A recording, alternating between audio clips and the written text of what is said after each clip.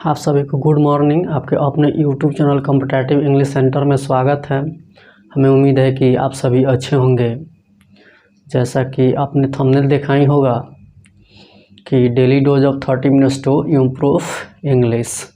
हाँ दोस्तों, तो ये बिल्कुल सही है कि हम प्रतिदिन 30 मिनट ही पढ़ते हैं और उसी से अपना इंग्लिश इम्प्रूव करते हैं। ठीक है, तो लास्ट लेक्चर में हम लोगों ने केस के बारे में हम लोगों ने कुछ में पढ़ा है। ठीक है, तो आज हम फिर केस पढ़ेंगे। ठीक, और बहुत सारे एग्जाम्पल से उसको समझेंगे। ठीक है, तो आइए आज फिर हम केस पढ़ते हैं। तो लास्ट लेक्चर में हम लोगों ने मेन वर्ब्स के बारे में पढ़ा था। ठीक है, कि मेन वर्ब्स को हमने देखा था कि transitive verb, intransitive verb, intransitive and transitive. ठीक है, कुछ वर्ब को आप ट्रांजिटिव भी बना सकते हैं, उसको इंट्रांजिटिव भी बना सकते हैं। वर्ब कितने होते हैं? ट्रांजिटिव और इंट्रांजिटिव। ठीक है, सकर्मक क्रिया और अकर्मक क्रिया। ठीक है, आप वर्ब को ट्रांजिटिव भी बना सकते हैं, इंट्रांजिटिव भी बना सकते हैं। ठीक है, तो लास्ट लेक्चर में हम लोगों ने यहाँ तक पढ़ा था। ठीक है, उससे हम एग्जाम्पल से समझते हैं। ठीक है, लास्ट लेक्चर में हम लोगों ने ये भी देखा था कि अगर हम वर्ब के साथ, ठीक है, वाट या हुम लगा करके क्वेश्चन करते हैं, अगर आंसर उधर से मिलता है, ठीक है, तो फिर वो जो वर्ब होगा क्या होगा? ट्रांजिटिव होगा। अगर आंसर नहीं मिलता है तो फिर वर्ब क्या होगा? इंट्रांजिटिव होगा। ठीक है, तो आज हम उसे और एग्जांपल से समझते हैं। ठीक है, कि रहे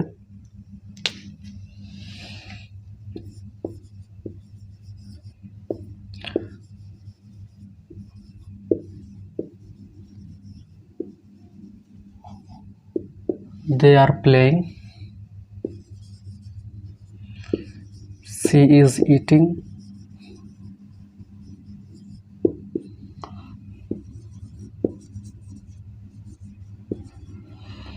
Mohan is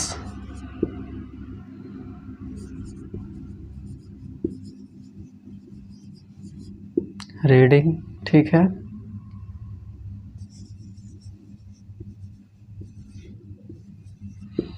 Sohan is writing. ठीक है, क्या है कि दे आर प्लेइंग,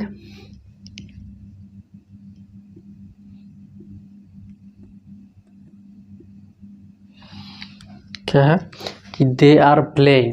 ठीक है, she is eating, Mohan is reading, Sohan is writing. ठीक है, अगर इसके बाद हम ऑब्जेक्ट का यूज नहीं करेंगे, ठीक है, इसके बाद अगर ऑब्जेक्ट नहीं रहता है तो फिर ये जो वर्ब है प्लेइंग, ईटिंग, रीडिंग, राइटिंग, ये सब क्या हो जाएगा? इंट्रांजिटिव वर्ब हो जाएगा। कौन सा वर्ब हो जाएगा? इंट्रांजिटिव वर्ब, अगर इसके बाद हम ऑब्जेक्ट का प्रयोग नहीं करते हैं तो। ठीक है, तब ये कौन सा वर्ब हो जाएगा? इंट्रांजिटिव। ठीक है, ये कौन सा वर्ब हो जाएगा? इंट्रांजिटिव। ठीक है,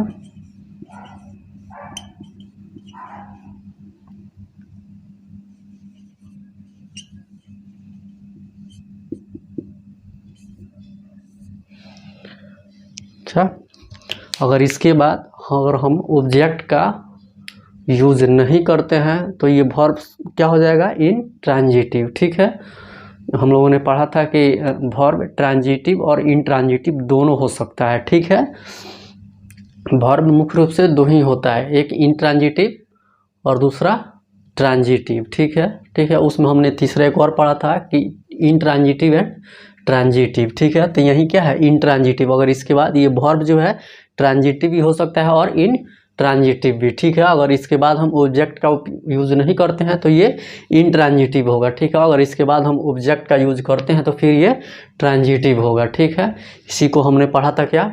इंट्रांजिटिव एंड ट्रांजिटिव। ठीक है, इसे हम ट्रांजिटिव भी कह सकते हैं और इंट्रांजिटिव भी। ठीक है, अगर इसके बाद हम ऑब्जेक्ट का यूज करते हैं तो फिर ट्रांजिटिव है, अगर इसके बाद हम ऑब्जेक्ट का यूज नहीं करते हैं तो फिर ये क्या है? इंट्रांजिटिव है। ठीक है, तो ये देख लीजिए कि they are playing, she is eating, Mohan is reading, Sohan is writing. ठीक है, इसके बाद किसी भी ऑब्जेक्ट का यूज नहीं हुआ है, किसी भी वर्ब के बाद ऑब्जेक्ट का प्रयोग नहीं हुआ है। तो जब वर्ब के बाद ऑब्जेक्ट का प्रयोग नहीं होगा तो वर्ब कौन सा हो जाएगा? इंट्रांजिटिव। ठीक है, समझ लिए।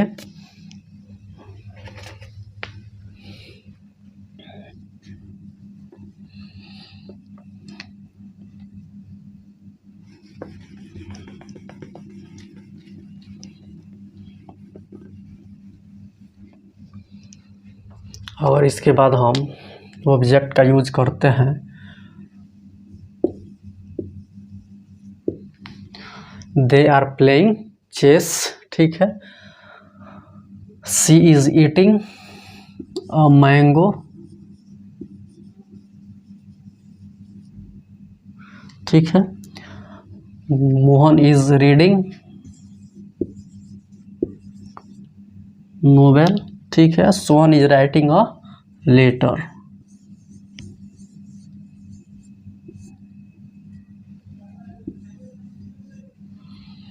ठीक है क्या? अब देखिए दे आर प्लेइंग चेस, ठीक है। प्लेइंग के बाद क्या है? चेस है। चेस क्या है? ऑब्जेक्ट है, ठीक है। वे लोग चेस खेल रहे हैं, ठीक है। She is eating a mango, वह आम खा रही है, ठीक है। तो यहाँ पे ईटिंग का ऑब्जेक्ट क्या हो जाएगा? अ मैंगो, ठीक है। यहाँ पे है कि Mohan is reading a novel, ठीक है। मोहन नोवेल पढ़ रहे हैं, ठीक है। यहाँ भी रीडिंग का ऑब्जेक्ट क्या हो जाएगा? नोवेल, ठीक है, या नोवेल। उसके बाद है कि Sohan is writing a letter, ठीक है। सोहन एक पत्र लिख रहे हैं, ठीक है। तो यहाँ पे राइटिंग का ऑब्जेक्ट कौन हो जाएगा? लेटर, ठीक है। तो देखिए इन सभी वर्ब के बाद क्या है? ऑब्जेक्ट का प्रयोग हुआ है, ठीक है। तो जब इनके बाद ऑब्जेक्ट का प्रयोग होगा तो ये कैसा वर्ब हो जाएगा? ट्रांजिटिव वर्ब हो जाएगा। कौन सा वर्ब हो जाएगा? ट्रांजिटिव। ये वर्ब होगा क्या? ट्रांजिटिव।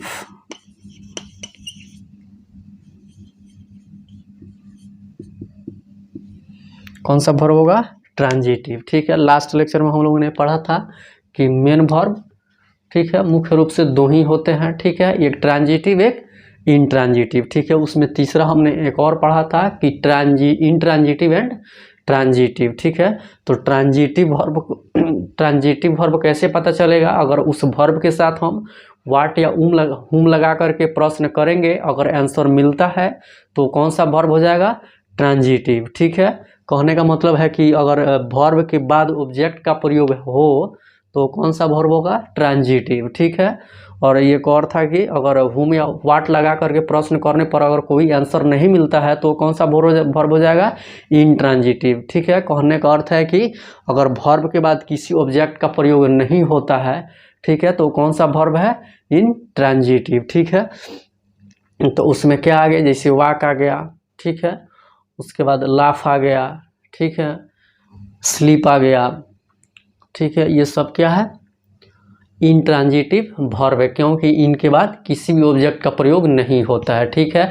अगर हम वॉकिंग के साथ हुम या वाट लगा के प्रश्न करेंगे तो वहाँ से कोई भी आंसर नहीं मिलेगा। स्लीप के साथ हम कोई भी ये वाट या हुम लगा करके प्रश्न करेंगे तो वहाँ से भी कोई आंसर नहीं मिलेगा, ठीक है। लाफ के बाद भी हम लाफ के साथ भी हम वाट या हुम लगा कर प्रश्न करेंगे तो वहाँ से कोई आंसर नहीं मिलेगा, ठीक है।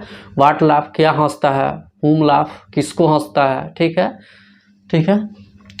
तो ये कौन कैसा वर्ब है? इंट्रांजिटिव है, ठीक है। अगर वर्ब के बाद ऑब्जेक्ट का प्रयोग नहीं होता है तो फिर वो कौन सा वर्ब हो जाएगा? इंट्रांजिटिव। अगर वर्ब के बाद ऑब्जेक्ट का प्रयोग होता है तो कौन सा वर्ब हो जाएगा? ट्रांजिटिव, ठीक है। तो हमने यहाँ पे देख लिया कि ये जो होता है verb playing, eating, reading, writing, ये ट्रांजिटिव और इंट्रांजिटिव दोनों हो सकता है, ठीक है। अगर इसके बाद हम ऑब्जेक्ट का प्रयोग करते हैं तो ट्रांजिटिव है, अगर इसके बाद हम ऑब्जेक्ट का प्रयोग नहीं करते हैं तो कौन सा वर्ब है? इंट्रांजिटिव, ठीक है। जैसे यहाँ पे ईटिंग है, ईटिंग अ मैंगो, ठीक है। ईटिंग के बाद अ मैंगो का प्रयोग हम करते हैं ऑब्जेक्ट के रूप में, ठीक है। ईटिंग के बाद क्या है? अ मैंगो क्या है? वो ऑब्जेक्ट है, ठीक है। तो ईटिंग के बाद अगर ऑब्जेक्ट का प्रयोग करते हैं तो ईटिंग कौन सा वर्ब हो जाएगा? ट्रांजिटिव वर्ब, ठीक है। अगर ईटिंग के बाद अ मैंगो का प्रयोग नहीं करते हैं अर्थात ऑब्जेक्ट का प्रयोग नहीं करते हैं तो फिर ये ईटिंग क्या हो जाएगा? इंट्रांजिटिव वर्ब, ठीक है। यहाँ पे है कि रीडिंग अ नोवेल, ठीक है। यहाँ पे रीडिंग के बाद और नोवेल जो है ऑब्जेक्ट के रूप में हुआ है प्रयोग, ठीक है। अगर रीडिंग के बाद और नोवेल का प्रयोग मतलब कि ऑब्जेक्ट का प्रयोग अगर करते हैं तो फिर रीडिंग क्या हो जाएगा? Transitive verb. अगर रीडिंग के बाद किसी ऑब्जेक्ट का प्रयोग नहीं होता है, ठीक है, तो कौन सा वर्ब हो जाएगा? Intransitive verb. यहाँ पे है कि राइटिंग अ लेटर, ठीक है। राइटिंग बाद अ लेटर का प्रयोग हुआ है, ठीक है। तो राइटिंग के बाद ऑब्जेक्ट का प्रयोग हुआ है, ठीक है। अगर राइटिंग के बाद ऑब्जेक्ट का प्रयोग हुआ है तो राइटिंग कौन सा हो जाएगा, ट्रांजिटिव वर्ब, ठीक है। अगर राइटिंग के बाद ऑब्जेक्ट का प्रयोग नहीं होता है तो राइटिंग इंट्रांजिटिव वर्ब हो जाएगा, ठीक है। ये समझ लिए, ट्रांजिटिव एंड इंट्रांजिटिव यही होता है, ठीक है। और लास्ट लेक्चर में हमने ट्रांजिटिव और इंट्रांजिटिव को देखा ही है, ठीक है। तो आज हमने ट्रांजिटिव एंड इंट्रांजिटिव को समझा, ठीक है।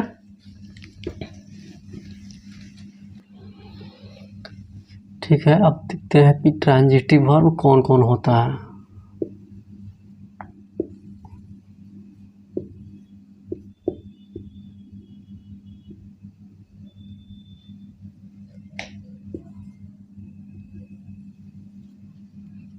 ठीक है, अब हम देखेंगे कि ट्रांजिटिव वर्ब कौन कौन होते हैं। ट्रांजिटिव वर्ब दो प्रकार के होते हैं, ठीक है। एक होता है मोनो ट्रांजिटिव और दूसरा होता है डाई ट्रांजिटिव, ठीक है। क्या होता है मोनो ट्रांजिटिव?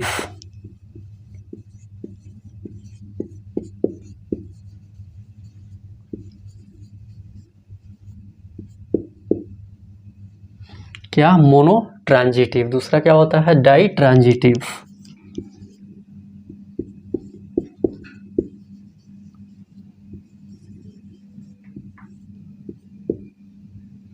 Di transitive. क्या, ट्रांजिटिव वर्ब दो प्रकार के होते हैं। एक होता है क्या, मोनो ट्रांजिटिव, दूसरा होता है डाई ट्रांजिटिव, ठीक है। मोनो ट्रांजिटिव जो होता है इसमें वर्ब अब प्लस ऑब्जेक्ट, इसमें एक ही ऑब्जेक्ट होता है, ठीक है। और ये होता है जो एक्यूसेटिव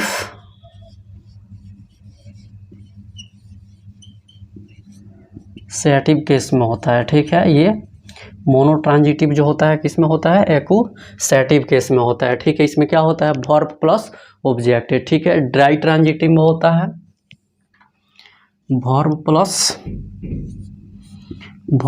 वन प्लस O2, ठीक है। इसमें डबल ऑब्जेक्ट होता है, ठीक है। इसलिए इसको डाई ट्रांजिटिव कहते हैं। क्या, डाई ट्रांजिटिव, ठीक है।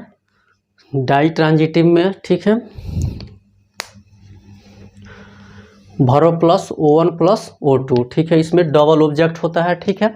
और ये जो मोनो ट्रांजिटिव होता है इसमें एक ही ऑब्जेक्ट होता है, वर्ब प्लस ऑब्जेक्ट, और ये एक्यूसेटिव केस में होता है, ठीक है। अब समझ लिए कि ट्रांजिटिव वर्ब दो होते हैं, एक होता है मोनो ट्रांजिटिव, दूसरा होता है डाई ट्रांजिटिव, ठीक है।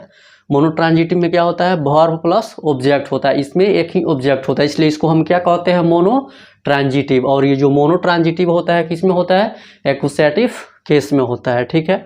और ये जो डाई ट्रांजिटिव होता है मतलब इसमें डबल ऑब्जेक्ट होता है, ठीक है। O1 O2, एक होता है इसमें डायरेक्ट ऑब्जेक्ट, दूसरा होता है इनडायरेक्ट ऑब्जेक्ट, ठीक है। समझ लिए, ट्रांजिटिव दो हुआ, मोनो ट्रांजिटिव में वर्ब प्लस ऑब्जेक्ट होता है, और ये जो होता है एक्यूसेटिव केस में होता है डाई ट्रांजिटिव में होता है वर्ब प्लस O1 O2, ठीक है। इसमें डबल ऑब्जेक्ट होता है, ठीक है, इसलिए इसको डाई ट्रांजिटिव कहते हैं, ठीक है। इसे हम एग्जांपल से समझते हैं। क्या पढ़ेंगे, मोनो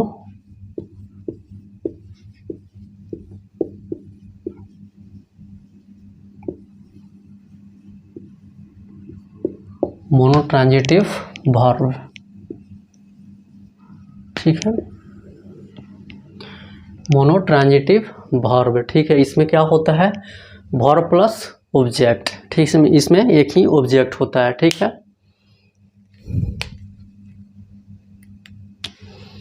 क्या होता है, वर्ब प्लस ऑब्जेक्ट, ठीक है। और ये किस में होता है, एक्यूसेटिव केस में होता है।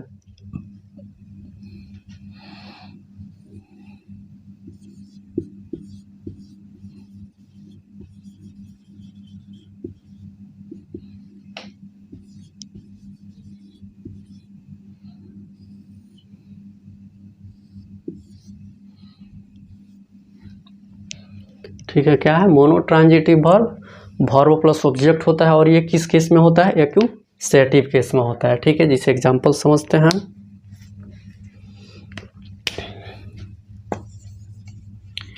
सी help me, she help me, उसने मेरी मदद की। ठीक है, इसमें जो है ही क्या है, ऑब्जेक्ट है। ठीक है, और ये हेल्प क्या है, वर्ब है। ठीक है, देखिए यहाँ पे वर्ब का डायरेक्ट प्रभाव किस पे पड़ रहा है, मी पे पड़ रहा है। ठीक है, क्या, हेल्प मी, तो यहाँ पे मी जो हो जाएगा कौन सा वर्ब ऑब्जेक्ट होगा, डायरेक्ट ऑब्जेक्ट होगा। क्या, डायरेक्ट ऑब्जेक्ट। और यहाँ पे जो यहाँ पे वर्ब, एक वर्ब के बाद ऑब्जेक्ट कितना है, एक ही ऑब्जेक्ट है। ठीक है, तो ये वर्ब भी क्या हो जाएगा, जब एक ऑब्जेक्ट रहेगा तो मोनो ट्रांजिटिव। ठीक है, वर्ब कौन सा होगा, मोनो ट्रांजिटिव। ठीक है, जैसा कि एक और एग्जांपल्स देखिए कि रहे, सीता बॉट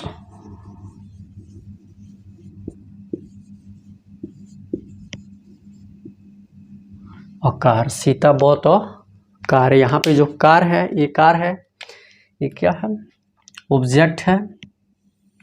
ठीक है, और ये क्या है, वर्ब है। अब देखिए वर्ब के बाद एक ही ऑब्जेक्ट है, क्या है, एक ही ऑब्जेक्ट है, तो वर्ब प्लस ऑब्जेक्ट। ठीक है, ये कौन सा होता है, मोनो ट्रांजिटिव। तो यहाँ पे जो ये हेल्प्ड बॉट, ये कौन सा वर्ब हो जाएगा, मोनो ट्रांजिटिव।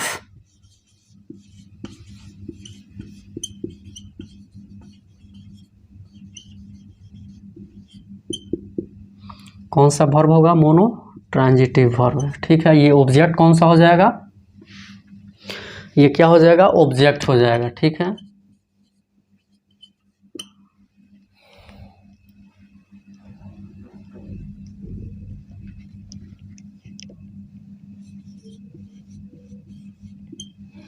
क्या हो जाएगा, ऑब्जेक्ट। मी और कार क्या है, ऑब्जेक्ट है। ठीक है, समझिए यहाँ पे मोनो ट्रांजिटिव कौन क्या होता है, verb plus object. Verb plus object, verb के बाद अगर एक ही ऑब्जेक्ट रहे तो उसको हम क्या बोलते हैं, मोनो ट्रांजिटिव। ठीक है, और मोनो ट्रांजिटिव क्या होता है, एक्यूसेटिव केस में होता है। ठीक है, मोनो ट्रांजिटिव का एग्जांपल समझिए कि ही हेल्प्ड मी, यहाँ हेल्प का डायरेक्ट प्रभाव मी पे पड़ रहा है और हेल्प के बाद एक ही ऑब्जेक्ट मी है। ठीक है, तो ये कौन सा वर्ब हो जाएगा, मोनो ट्रांजिटिव, और ये मी क्या है, ऑब्जेक्ट है। यहाँ पे है कि सीता बॉट अ कार। ठीक है, वर्ब के बाद कितना ऑब्जेक्ट है, एक ही ऑब्जेक्ट है, तो ये कौन सा वर्ब हो जाएगा, मोनो ट्रांजिटिव, और ये ऑब्जेक्ट है। ठीक है, जब देखिए वर्ब का प्रभाव डायरेक्ट ऑब्जेक्ट पे पड़ता है तो जो ऑब्जेक्ट होता है कौन सा ऑब्जेक्ट होता है, डायरेक्ट ऑब्जेक्ट होता है। ठीक है, तो यहाँ पे मी और ये कार क्या हो जाएगा, डायरेक्ट ऑब्जेक्ट हो जाएगा। ठीक है, और जो डायरेक्ट ऑब्जेक्ट होता है वो एक्यूसेटिव केस में होता है, इसलिए यहाँ पे mono transitive verb plus object लिखा हुआ है किसमें, एक्यूसेटिव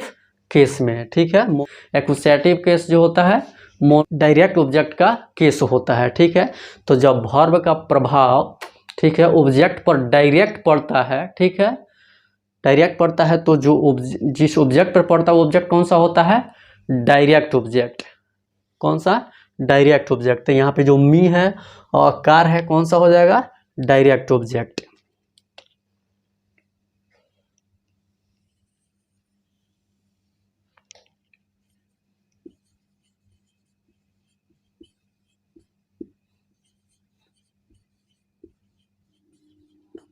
कौन सा ऑब्जेक्ट होगा, डायरेक्ट ऑब्जेक्ट। ठीक है, समझ लिए मोनो ट्रांजिटिव वर्ब। ठीक है, ट्रांजिटिव वर्ब कितने होते हैं, दो होते हैं, mono transitive, di transitive. Mono transitive में क्या होता है, वर्ब प्लस ऑब्जेक्ट। ठीक है, और जो यहाँ पे ऑब्जेक्ट होता है ये कौन सा केस में होता है, एक्यूसेटिव केस में होता है। ठीक है, इसका एग्जांपल है कि सी हेल्प्ड मी, उसने मेरी मदद की। ठीक है, तो यहाँ हेल्प का डायरेक्ट प्रभाव किस पे पड़ रहा है, मी पे पड़ रहा है।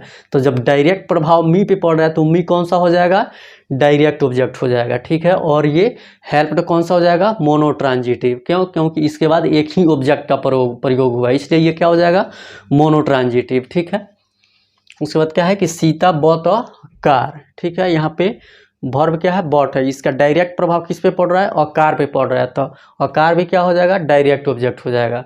ठीक है, और ये बॉट कौन सा हो जाएगा, मोनो ट्रांजिटिव वर्ब हो जाएगा। ठीक है, समझ लिए। और एक्यूसेटिव केस जो होता है डायरेक्ट ऑब्जेक्ट का केस होता है। ठीक है, तो जहाँ भी डायरेक्ट ऑब्जेक्ट होगा वो क्या हो जाएगा, किस केस में होगा, और एक्यूसेटिव केस में होगा। हमने पढ़ा है कि ऑब्जेक्टिव केस दो होता है, एक होता है एक्यूसेटिव, दूसरा होता है डेटिव। ठीक है, तो जो डायरेक्ट ऑब्जेक्ट होता है वो एक्यूसेटिव केस में होता है, जो इनडायरेक्ट होता है वो डेटिव केस में होता है। ठीक है, ये समझ लिए कि डायरेक्ट ऑब्जेक्ट तब होता है जब वर्ब का डायरेक्ट प्रभाव उस पर पड़ता है, उसको हम डायरेक्ट ऑब्जेक्ट कहते हैं। ठीक है, तो यहाँ हेल्प का डायरेक्ट प्रभाव किस पे पड़ रहा है, मी पे पड़ रहा है। ठीक है, तो मी कौन सा ऑब्जेक्ट हो जाएगा, डायरेक्ट ऑब्जेक्ट। यहाँ पे बॉट का डायरेक्ट प्रभाव किस पे पड़ रहा है, अकार, खरीदा, तो क्या खरीदा, अकार, डायरेक्ट प्रभाव पड़ा। हेल्प्ड, किसका मदद किया, तो मी, मेरा, तो यहाँ भी क्या हुआ, डायरेक्ट प्रभाव पड़ रहा है। तो जब भी डायरेक्ट प्रभाव पड़ेगा वर्ब का ऑब्जेक्ट पे, तो वो ऑब्जेक्ट कौन सा हो जाएगा, डायरेक्ट ऑब्जेक्ट। ठीक है, समझ लिए। और वर्ब के बाद एक ही ऑब्जेक्ट अगर प्रयोग होता है तो कौन सा वर्ब हो जाएगा, मोनो ट्रांजिटिव। क्लियर है। अब ये जो होता है एक्यूसेटिव केस, मोनो ट्रांजिटिव किस में होता है, एक्यूसेटिव केस में। ठीक है, क्यों, क्योंकि जो एक्यूसेटिव केस जो होता है डायरेक्ट ऑब्जेक्ट का केस होता है, किसका, डायरेक्ट ऑब्जेक्ट का। और डायरेक्ट ऑब्जेक्ट किस में मिलता है, मोनो ट्रांजिटिव में। ठीक है, डायरेक्ट ऑब्जेक्ट कहाँ मिलता है, मोनो ट्रांजिटिव में। इसलिए यहाँ पे ये लिखा हुआ है कि mono transitive verb plus object एक्यूसेटिव case में होता है। समझ लिए इतना।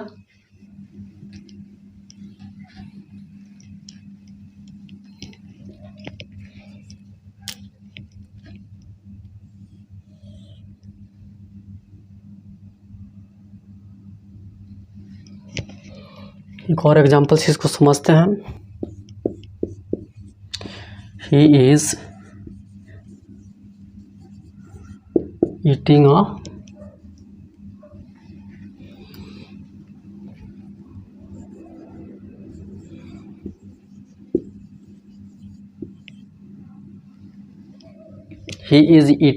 मैंगो। ठीक है, सबसे पहले आप ये समझिए कि यहाँ पे क्या है, ईटिंग के बाद क्या है, एक ही ऑब्जेक्ट का प्रयोग हुआ है, क्या, अ मैंगो। ठीक है, ईटिंग के बाद एक ही ऑब्जेक्ट का प्रयोग हुआ है, तो ईटिंग किस में हो जाएगा, मोनो ट्रांजिटिव। ईटिंग कौन सा वर्ब हो जाएगा, मोनो ट्रांजिटिव। ठीक है,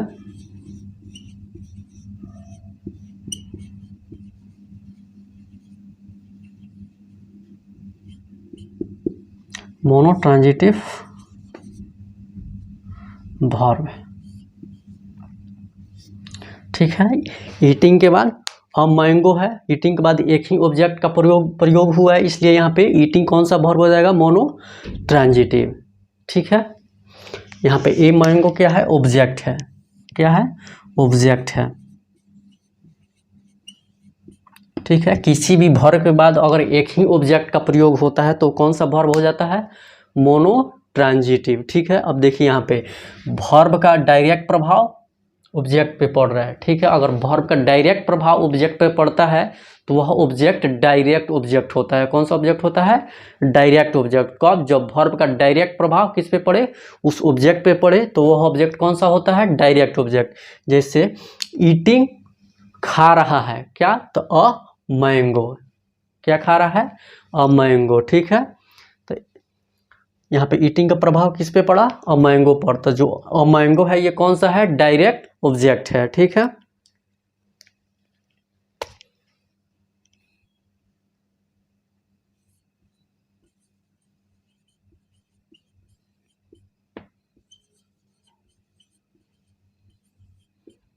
डायरेक्ट ऑब्जेक्ट है। जब ये डायरेक्ट ऑब्जेक्ट है तो एक्यूसेटिव केस में है, क्यों, क्योंकि एक्यूसेटिव केस जो होता है डायरेक्ट ऑब्जेक्ट का ही केस होता है। ठीक है, अगर हम यहाँ ईटिंग के साथ वाट लगा कर प्रश्न करते हैं कि वाट ईटिंग, क्या खा रहा है, तो आंसर क्या मिलेगा, अ मैंगो। तो यहाँ पे अ मैंगो क्या हो जाएगा, डायरेक्ट ऑब्जेक्ट।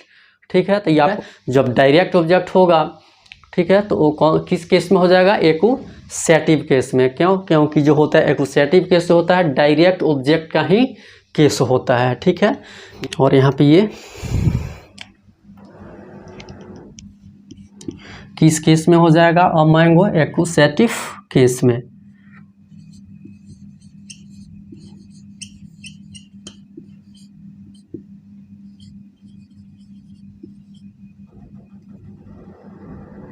किस केस में होगा, एक्यूसेटिव केस में। क्यों, क्योंकि जो एक्यूसेटिव केस होता है वो डायरेक्ट ऑब्जेक्ट का ही केस होता है, ठीक है। तो जहाँ भी डायरेक्ट ऑब्जेक्ट होगा किस में होगा, एक्यूसेटिव केस में, और डायरेक्ट ऑब्जेक्ट मोनोट्रांजिटिव में होता है, ठीक है।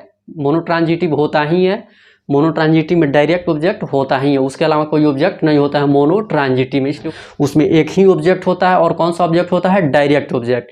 क्यों, क्योंकि वर्ब का डायरेक्ट प्रभाव उस ऑब्जेक्ट पर पड़ता है, इसलिए उसको डायरेक्ट ऑब्जेक्ट कहते हैं, ठीक है। इसलिए यहाँ पे जो ये मैंगो है डायरेक्ट ऑब्जेक्ट है, और ये डायरेक्ट ऑब्जेक्ट है, तो ये कौन सा केस में है, एक्यूसेटिव केस में है। क्यों, क्योंकि जो एक्यूसेटिव केस होता है ये डायरेक्ट ऑब्जेक्ट का ही केस होता है, ठीक है, ठीक है। अगर हम यहाँ पे बोले कि व्हाट ईटिंग, क्या खा रहा है, तो आंसर क्या मिलेगा, अ मैंगो, ठीक है। तो अ मैंगो कौन सा के ऑब्जेक्ट हो गया, डायरेक्ट ऑब्जेक्ट, और किस में हो गया, एक्यूसेटिव केस में, ठीक है। इतना समझ लिए, ठीक है। तो अब आज हम यहीं तक रहने देते हैं, ठीक है। अगले लेक्चर में हम फिर डाई ट्रांजिटिव को पढ़ेंगे और बहुत सारे एग्जाम्पल्स उसको समझेंगे, ठीक है। तब तक जितना भी आप पढ़ रहे हैं उसका अच्छा से नोट्स बनाइए, उसको अच्छा से रिवाइज कीजिए, ठीक है। अपने दोस्तों को भी बताइए कि जिनको भी इंग्लिश में प्रॉब्लम है इस प्लेटफॉर्म पे जुड़े, उनका इंग्लिश बिल्कुल बेहतर होगा, ठीक। अगर वीडियो अच्छा लगे तो शेयर, सब्सक्राइब, लाइक कीजिए, और चैनल को ज़रूर सब्सक्राइब कीजिए, क्योंकि जो भी वीडियो अपलोड होता है तो सबसे पहले नोटिफिकेशन आपको मिले, ठीक है। तब तक खुश रहिए, पढ़ते रहिए, मुस्कुराते रहिए। Okay, thanks.